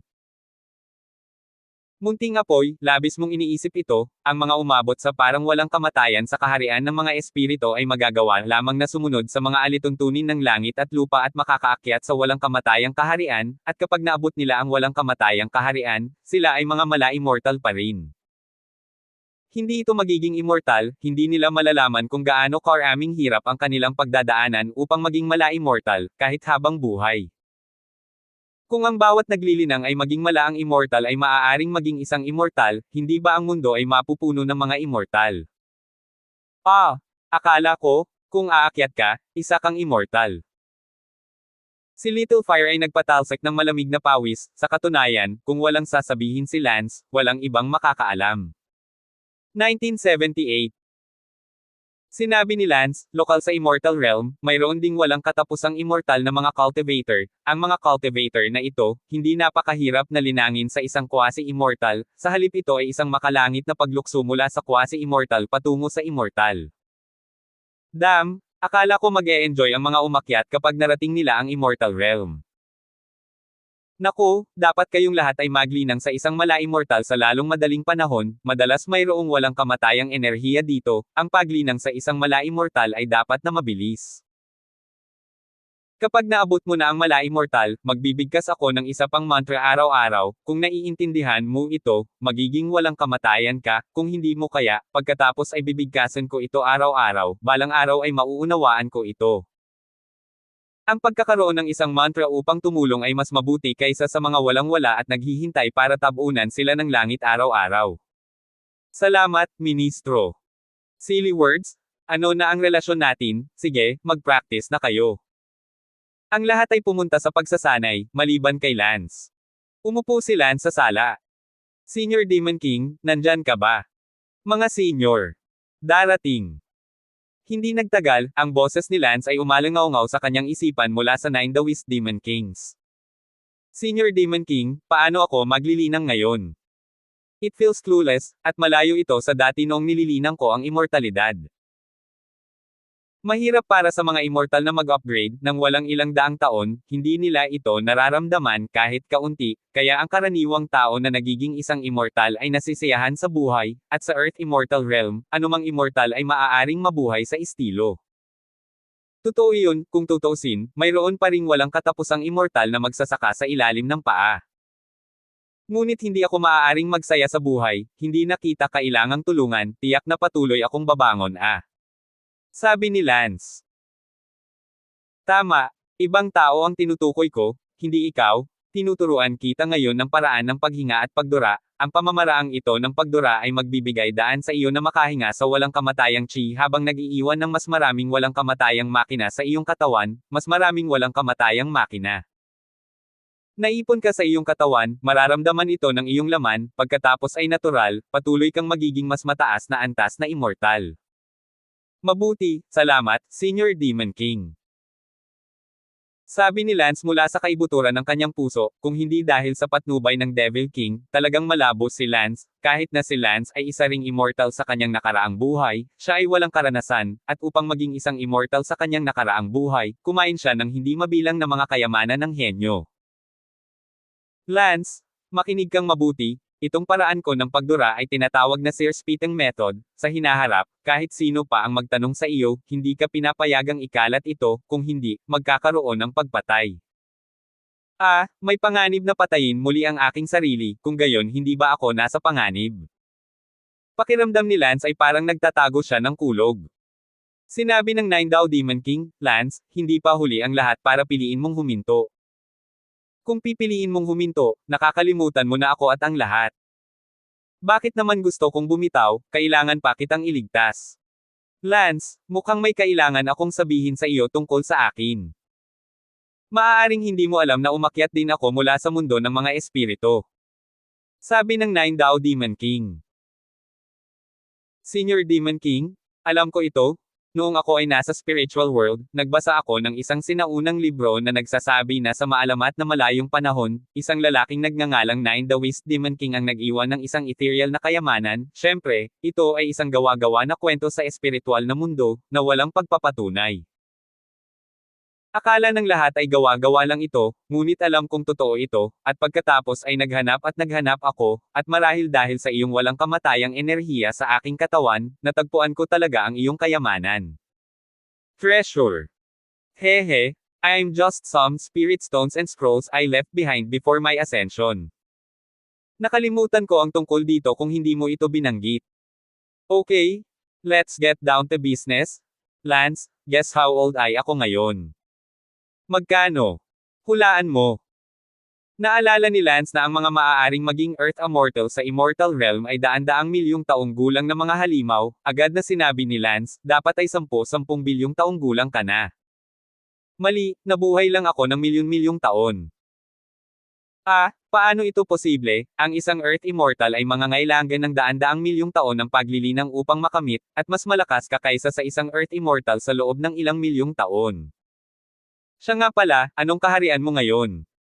Wala akong itinatago sa iyo, isa na akong Dao Immortal ngayon. Gaano kalakas ang isang Dao Immortal?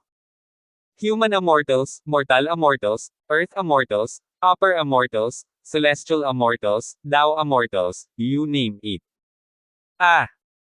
Nagulat si Lance, napakalakas talaga ng Dao Immortals dahil napakahirap makamit ang Earth Immortals, pati na ang Dao Immortals. Lance, ang dahilan kung bakit mabilis akong naging Dao Immortal ay dahil sa isang paraan, ang Immortal Chi Spitting Method. Senior, ipinasa mo talaga sa akin ang napakalakas na paraan. Tuwang-tuwang sabi ni Lance. Huwag ka munang matuwa, hayaan mo na akong tapusin, tiyak na maakit ako ng atensyon para sa pagiging daw immortal sa lalong madaling panahon, at kahit na marami akong ginawang pagtatago, tulad ng pagpapatanda sa sarili ko at ganoon, napansin pa rin ako. Ang resulta nito ay natrap ako. Ang dahilan kung bakit ako natrap ay dahil sa Immortal Machine Spitting Method, Lance, masasabik ka pa ba ngayon? Kung matutunan mo ang aking Immortal Machine Spitting Method, sooner or mamaya sa hinaharap ay tatahakin mo ang parehong landas tulad ng sa akin, at nakita mo na kung paano ako napunta ngayon. Ito. Mapait na ngumiti ang siyam na Dao Demon King, Lance, dapat mong isipin ang hinaharap, maaaring ang hinaharap, tagumpay o kabiguan dahil sa akin. Senior Demon King, kanino ka nakakulong? Walang saysay na sabihin sa iyo ngayon, napakalayo mo sa aming antas, sa isang salita, napakalakas, napaka-impluwensya. Okay, naiintindihan ko. Pag-isipan mo, bibigyan kita ng 3 araw, taken ulit kita pagkatapos ng 3 araw. Pagkatapos sabihin iyon, ang 9 Taoist demons ay hindi na naglabas ng anumang immortal thoughts. Kailangan talagang pag-isipan ito ni Lance, hindi ito biro. Kapag natutunan niya ang Immortal Machine Spitting Method, tiyak na lalago rin si Lance ng mas mabilis kaysa sa iba, kung gayon, tiyak na mapapansin siya. Pagkatapos ng lahat, lahat ay gustong malaman ang dahilan kung bakit, at pagkatapos ay tulungan ang kanilang mga mahal sa buhay, sa ganoong paraan, sila ay kayang kontrolin ang mundo magpakailanman. Ang siyam na Taoist Demon King, ang dahilan kung bakit siya nahulog sa gulo, at nakakulong pa rin, siguradong gusto siyang pilitin na tanungin ang dahilan, ngunit ang siyam na Taoist Demon King ay mas gugustuhin na mamatay kaysa magsalita ng anuman, sa halip ay mas gustong maglinang ng isang tao na subukang ibalik ang sitwasyon sa hinaharap. Marahil, ang siyam na Taoist Demon King ay may malaking pagnanasa sa loob niya, mahusay na mga ambisyon sa hinaharap, kahit si Lance ay maaaring maging isang sangla sa kanyang mga ambisyon, sino ang makakaalam nito? Si Lance na ngayon ang kailangang pumili, kung matutunan ang kanyang Seer Spitting Method o hindi. Kung hindi siya mali, tiyak na hindi ipapasa sa kanya ng 9 Dao Demon King ang lahat ng ito ng sabay-sabay, tulad ng silence technique na iyon. Isang layer sa isang pagkakataon, sa kasong iyon, si Lance ay nasa ilalim ng kanyang kontrol magpakailanman. Hindi rin alam ni Lance kung ang 9 Dao Demon King ay isang mabuting tao o masamang tao, o isang taong gustong gumamit sa kanya. Nakakainis, sino ang makakapagturo sa akin ng malinaw na landas? Sigaw ni Lance. Kung hindi niya tatahakin ang landas na ito, si Lance ay maaaring maging tapat lamang sa ibang mga immortal, mahirap bumangon sa milyon-milyong taon, masisiyahan lamang siya sa buhay, at ang paglilinang ay maaari lamang maging pananabik na makita kung ang langit ay drape sa ibabaw niya. 1979. Dumating si Lance sa silid ni Talia, gustong tulungan siya ni Talia na mag-isip. Sinabi ni Lance ang sitwasyon kay Talia. Nag-alinlangan si Talia at sinabing, ito ay isang pagkakataon o isang bangin, hindi ko alam kung paano pumili, mas mabuting tawagan mo ang lahat para pag-usapan ito. Hindi, mas mabuting ipaalam sa lahat ang tungkol sa mga ganoong bagay. Tama. Kahit na hindi nila sabihin kahit kanino, natatakot sila sa mga taong aktibong nagbibigay pansin sa kanila, isang mas kaunting bagay na alam nila na maaaring magdulot ng sakuna ay isang mas kaunting panganib. Dapat ba akong magtiwala sa Demon King? Lance, nasa loob mo talaga ang sagot, pero natatakot kang madamay ang mga mahal mo sa buhay. Oo, kilala mo talaga ako, sabi ni Lance. Sinabi ni Talia, mayroon akong ideya. Sabihin mo. Sa hinaharap kapag lumakas ka, o ngayon, hihiwalay kami sa iyo at magkakaroon ng kakaunting contact hanggat maaari. Paano iyon, ang buhay sa immortal na mundo ay madaling tumagal ng 1,000,000 taon, paano mo matitiis ang ganoong katagal na panahon ng pag-iisa? Sentimo, mababa lang ang contact mo sa amin, kaya wala kang alalahanin, kung sakaling may sakuna talaga sa hinaharap, mas maluwag ka rin at hindi mapipigilan na humanap ng pagkakataong mabuhay, tsaka, hindi lang tayo. Manatili ka sa tabi mo araw-araw, kung nami-miss mo kami, paminsan-minsan ay maaari kang pumunta sa amin ng palihim, o, mangako na magkikita kami sa ilang inn o kung ano paman. Let me think. Alam na alam ni Lance kung ano ang dapat niyang ibigay para maging malakas, marahil ang kanyang buhay. May 3 araw pa rin si Lance para mag-isip. Sa ngayon, sa Zenon Royal Palace. Guro, iniimbestigahan na, ang taong nanakit sa Duque ay bumili ng maliit na hiwalay na patio sa kalye number 1189 sa Ningtao District ng Yunluo Immortal City. Mabuti, pumunta at kunin ito para sa akin kaagad. Lord, don't worry, papunta na doon ang mga tao natin. Samantala, sa sandaling ito sa tirahan ng Zabel. Master Teddy, natagpuan na ng taong kumuha ng mga labi ni Young Master. Nasaan na? Bakit niya kinuha ang mga labi ng anak ko, at paano niya ito kinuha? Hindi pa natin alam, nalaman na ng ating mga tao na ang taong iyon ay bumili ng maliit na hiwalay na bahay sa kalye number 1189 sa Ningtao District ng Yunluo Sian City. Ang taong iyon ay tila pupunta sa Yunluo Sian City. Sa unang pagkakataon, puntahan mo siya at kunin ka agad. Malapit na sigurong dumating ang mga tao natin. Nag-iisip pa rin si Lance kung mangangako o hindi sa Nine Dao Demon King nang may sumigaw mula sa labas, lumabas ka. Agad na lumabas si Lance, at nakita niya ang higit sa 100 tao na nagmumula sa labas. Sa 12 ng mga tao na ito, 3 sa kanila ay mga immortal, at ang pinakamalakas ay nakarating na sa pre-human immortal na dulo, hindi kayang talunin ni Lance ang isang immortal sa antas na ito. Anong mga tao? Galit na tanong ni Lance. Ikaw ba ang nanakit sa ating Young Master ng pamilya Zenon Wang? Sabi ng pre-human immortal ending immortal na iyon. Ngumuso si Lance, kaya ito ay isang taga Zenon Wang po, talagang mabilis na nakahanap sa akin, tila ang enerhiya ay hindi maliit. Upang mahanap ka, ang ating Panginoon ay gumugol ng napakalaking halaga ng mga spirit crystal, at ngayon ang buong Yunluo Immortal City ay napuno ng maliliit na piraso ng papel na may larawan mo sa kanila, sa tingin mo ba ay nagtatago ka ng napakalalim? Ngayon kaagad. Bumalik sa Zenon Wangfo upang hatulan ang Zenon Wangfo. Nagsalubong ang mga kilay ni Lance. Kulubot, isang pagkakamali na hindi patayin ang prinsipe ng Zenon noon, ngunit kahit napatayin niya ang prinsipe ng Zenon, malamang na matunten niya ito sa lalong madaling panahon, maliban kung ang tagapangasiwa ng bahay tuluyan at ang iba pa ay napatay din kasama niya, pati na rin ang sinumang nakita si Lance sa pasukan ng inn. Noon lang, isang lalaki mula sa kabilang panig ang abala sa pagsasabing, "Butler, paparating na ang tirahan ng Zabel." Ang grupo ng mga tao mula sa Zenon Wangfo ay lumingon sa likod, at sigurado, may ilang tao mula sa bahay ni Teddy ang nagmamadaling pumunta. Anong ginagawa nila dito? Kumunat ang mga kilay ng steward ni Zenon Wangfo. Lumabas din si Talia at ang iba pa. Brother Lance, walang mangyayari, medyo kinakabahang tanong ni Little Fire, pagkatapos ng lahat, ilang immortal ang dumating, at naramdaman nila ang momentum ng mga immortal, medyo hindi matatag sa kanilang gravity. Ayos lang, magtiwala ka sa akin. Si Lance ay medyo nanlumo sa sandaling ito, iniisip kong ito ay isang pagkakamali na piliin na bumalik sa Yunluo Immortal Kingdom. Gayunpaman, kung pumunta ka sa ibang lugar, kung nakipagkulitin ka sa isang tao na hindi mo kayang bayaran, malamang na pareho ang resulta, ganyan ang nangyari sa Immortal Realm, ang may mas mataas na katayuan, cocky as hell, dahil kaya niya. Kurutin ka hanggang mamatay. Ang may mababang katayuan ay mahina hanggang mamatay.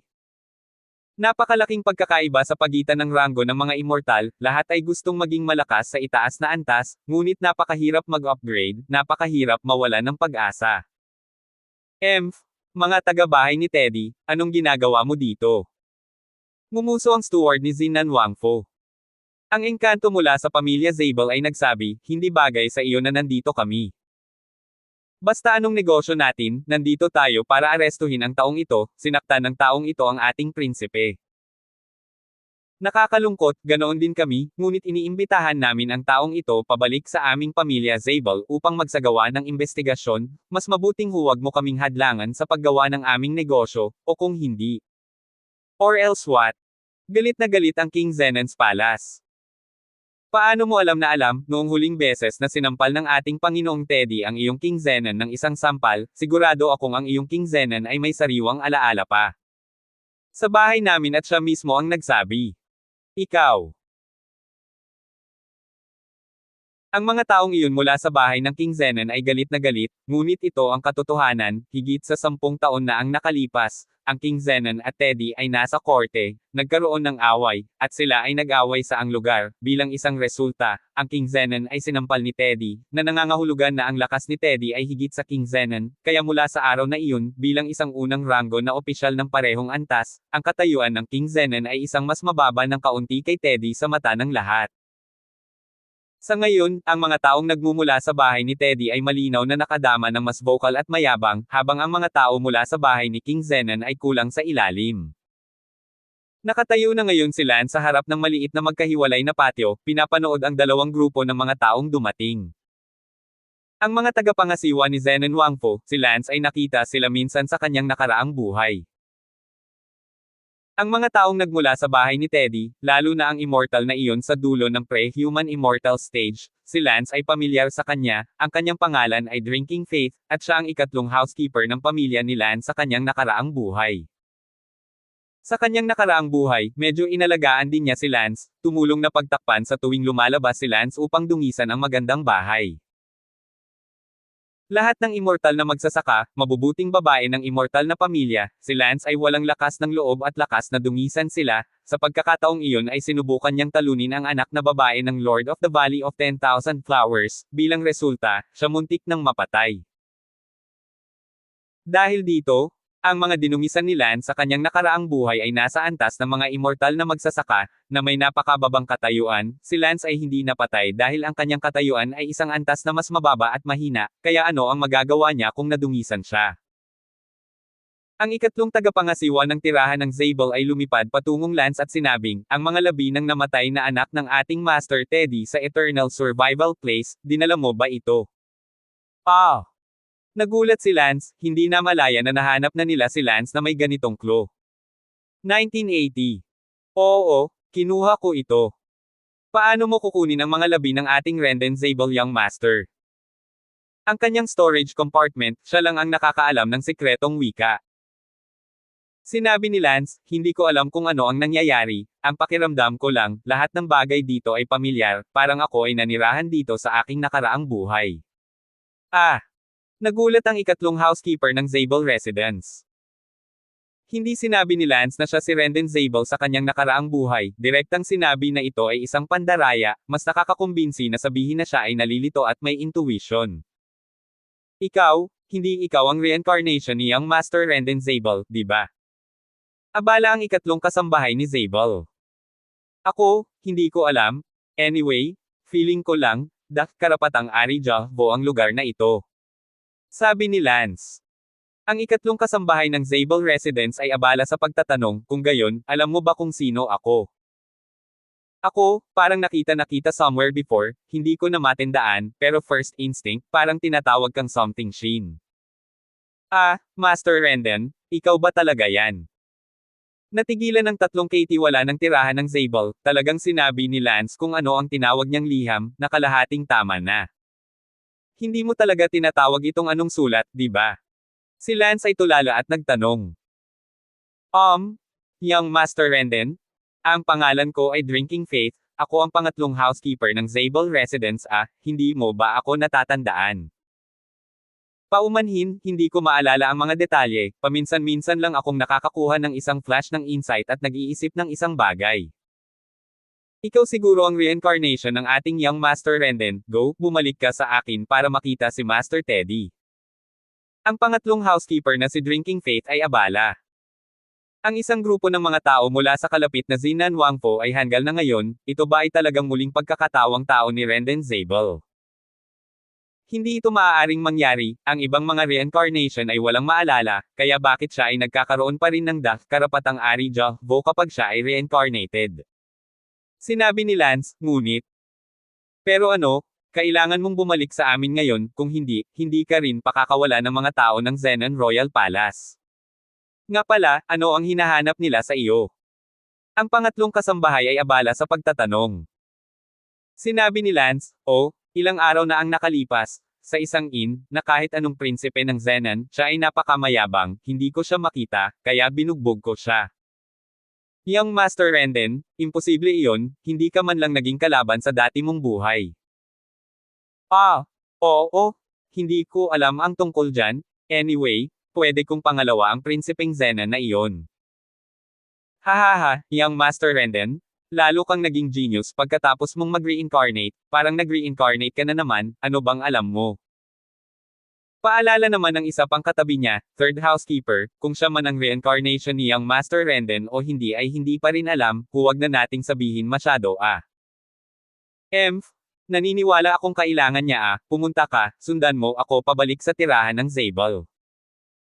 Sinabi ni Lance, gusto ko ring malaman kung nakatira ako dito sa nakaraang buhay, ngunit paano ang mga kaibigan kong ito, paano sila? Siyempre sabay tayong pupunta sa Zabel residence. Tinawag ni Lance ang Little Fire at ang iba pa at sinundan ang ikatlong kasambahay. Gusto silang pigilan ng mga tao mula sa Zinnan Wangfo, ngunit wala silang lakas na gawin iyon. Housekeeper, ano ang dapat nating gawin, hayaan mo na lang silang kunin ang batang iyon. Bumalik ka at magsumbong kay Master Southern King. Ang batang iyon ba talaga ang reincarnation ni Renden Zabel? Kung siya nga, magiging napakasaya nito, at sa tingin ko ang buong lungsod ay magiging kahindek-hindek. It better not be, or else he'll get himself killed again sooner or later. Pagdating sa tirahan ng Zabel. Ang ikatlong kasambahay ay abala sa pagsasabing, maghintay kayo rito, pupunta ako at anyayahan si Master Teddy dito. Oh! Pagkaalis ng ikatlong Katie wala, nagtanong si Little Fire, Brother Lance, napagpasyahan mo na bang bumalik sa pamilya? Nahanap na ako ng hari ng Zenan. Kung hindi tayo babalik sa pamilya, may malaking mangyayari, na tayo ang tuyo. Ngunit kay Haring Zenan, bumalik tayo sa pamilya. Sabi ni Lance. Kung ganun bakit ka nagpapanggap na hindi mo alam ang nakaraan mong buhay? Ang tanga mo, nagsisinungaling ako kung sasabihin ko lang na ako, tsaka may kanya-kanya silang paraan para ma-verify kung sino ako sa dati kong buhay pagkatapos. Sa oras na ito, ang ikatlong kasambahay ay dumating sa isang silid-aralan. Master Teddy. Ibinalik ba ng taong kumuha ng mga labi ng anak ko? Master Teddy, congratulations Master Teddy. Anong kagalakan? Master Teddy? Ang lalaking iyon? Nararamdaman niya ang lugar na ito, karapatang Ari Vu, pakiramdam niya kung dito siya nakatira sa kanyang nakaraang buhay, alam din niya ang lihim na wika ng locker na iyon, Master Teddy, pakiramdam ko ang lalaking iyon, sa 80 siyam sa bawat 10, ay ang reinkarnasyon ni young Master Renden Sigaw ng ikatlong kasambahay. Ano, yun, sinabi niya talaga. Aha! Ang pangatlong kasambahay ay tumanggo sa kanyang ulo na may kaunting luha at matangos na ilong, talagang hindi siya sigurado kung ano ang kanyang nasasabik. Sa pagkakataong iyon, may babaeng abalang pumasok. Anong sabi mo? Nag-reincarnate si Renden. Opo ma'am, sigurado po ako. Dalhin mo ako sa kanila. Siya at ang kanyang mga kaibigan ay nasa bulwagan. Si Lance ay nakaupo ngayon sa bulwagan, at nakakagulat na hindi ito pamilyar sa loob, parang pinaikit ni Lance ang kanyang mga mata upang malaman kung ano ang nakalagay sa kung saang sulok ng bulwagan na ito. Hindi nagtagal, dumating ang isang middle-aged looking couple. Rendan. Tawag ng lalaki pagkapasok niya sa pinto. Rendan. Abala rin sa pagtawag ang babaeng sumusunod sa kanya. Tumingin si Lance sa 2 taong nasa harapan niya, ang lalaki, na dating ama ni Lance, ay pinangalan ng Teddy. Ang babae, ay ang madraste ni Lance, ang sariling ina ni Lance mula sa kanyang nakaraang buhay, na namatay noong siya ay bata pa. Ang madraste na ito, sa katunayan, ay isang mabait na tao, ngunit, ang Lance ng kanyang nakaraang buhay ay nakatuon lamang sa kanyang biolohikal na ina, kaya't gaano man kabait ang madraste na ito sa kanya, ang Lance ng kanyang nakaraang buhay ay hindi pangangalaga. Si Lance ay abala sa pagsasabing, kilalanin si Master Zabel, kilalanin si Lady Zabel. Bumalik lang sila sa katinoan, sobrang excited, hindi pa nga sila sigurado. Ikaw ang kumuha ng relics ng anak ko. Pwede ko bang itanong kung paano mo nalaman ang lihim na wika? Pagkatapos kumalma ni Teddy, tinanong niya si Lance. Sinabi ni Lance, hindi ko alam, pakiramdam ko lang, pamilyar ang lugar na ito, ngunit, bago lang ako dito, wala akong pera, at sa isip ko, pakiramdam ko ay may something ako sa yung eternal deposit place, kaya multo na lang ako pumunta dun, pero hindi ko inaasahan yun, pero nagbukas talaga ako ng locker at kinuha yung nasa loob. You really think, this place is familiar? Well, then, do you know who I am? Tanong ng babae. Umiling si Lance, paumanhin, hindi ko alam. Ngumiti si Teddy, ayos lang, kung ikaw talaga ang anak ko na lumingon, mayroon tayong paraan para ma-verify ito, pumunta ka, samahan mo ako sa isang lugar ngayon din. Ah, anong lugar? Isang lugar kung saan maaari mong i-verify ang iyong pagkakakilanlan sa nakaraang buhay, at kasabay nito, mabawi ang iyong mga alaala sa nakaraan. Oh! Sinabi ni Lance kay Talia at sa iba pa, hintayin nyo ako dito, dapat ay bumalik ako kaagad. Kung napatunayan na hindi ako Rendenzable reincarnation, aalis tayo dito. Nagkunwaring sabi ni Lance. Mabuti. Si Teddy at ang kanyang asawa, ay agad na dinala si Lance sa isang tiyak na bahagi ng palasyo ng Yunluo Immortal Kingdom. Ito ang lugar kung saan nakatira ang Guli White Witch, si Guli White Witch, magaling sila dito, minsan niya akong hinikayat na gumawa ng pabor, tiyak na matutulungan kanyang i-verify ito. Forget what they doing, keep on